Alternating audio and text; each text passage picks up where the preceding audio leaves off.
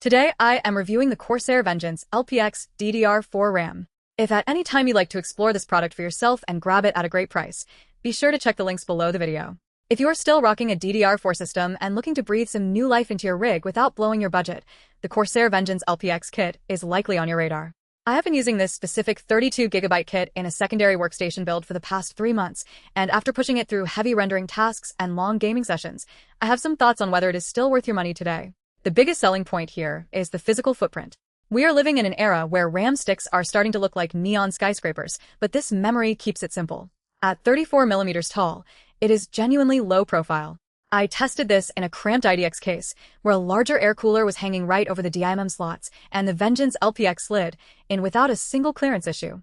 If you are building in a small form factor case or using a massive dual tower air cooler, this is one of the few kits that will actually fit without forcing you to compromise on your cooling setup. Performance-wise, you have to be realistic about what you are getting. This is a 3200 MHz kit with a 16 CAS latency.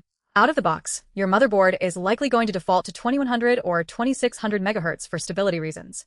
You absolutely must go into your BIOS and enable the XMP profile to actually hit that advertised 3200 speed. It is a simple toggle, but if you skip it, you are leaving performance on the table. In my daily workflow, the jump from 16 to 32GB made a massive difference in multitasking, especially when I have 30 Chrome tabs open alongside video editing software. The aluminum heat spreader is more than just a marketing gimmick. It feels sturdy and does a decent job of pulling heat away from the chips. I did try to push these sticks slightly past their rated speed, and while I managed to squeeze a little more headroom out of them, the performance gains weren't significant enough to warrant the instability I encountered.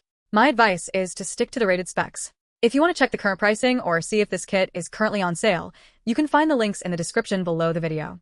However, this kit is not perfect. The biggest disappointment for me is the aesthetic. It is very utilitarian. If you're building a showcase PC with a glass side panel and you want customizable RGB lighting, this is not the kit for you. It looks like a basic piece of office hardware from 10 years ago. Also, while Corsair claims these are hand-sorted, don't expect Samsung B-die level overclocking potential here. This is reliable, stable memory for people who want their computer to just work, not for enthusiasts trying to break world records in synthetic benchmarks. You should buy this if you have a mid-range DDR4 motherboard and you need a reliable capacity upgrade that will fit under any cooling solution. It is a set it and forget it product. If you're building a brand new PC today, you should probably be looking at DDR5 instead, as that is where the future of performance is headed. But for those of us keeping our older platforms running for another few years, this remains one of the most practical options on the market. It is not flashy, it is not the fastest memory ever made, but it is consistent, and in my experience, that is exactly what you want from your RAM. If you decide to pick this up, remember to check those links below to see the latest pricing, as these kits fluctuate in cost quite often. Overall, it is a solid, no-nonsense choice that does exactly what it says on the box.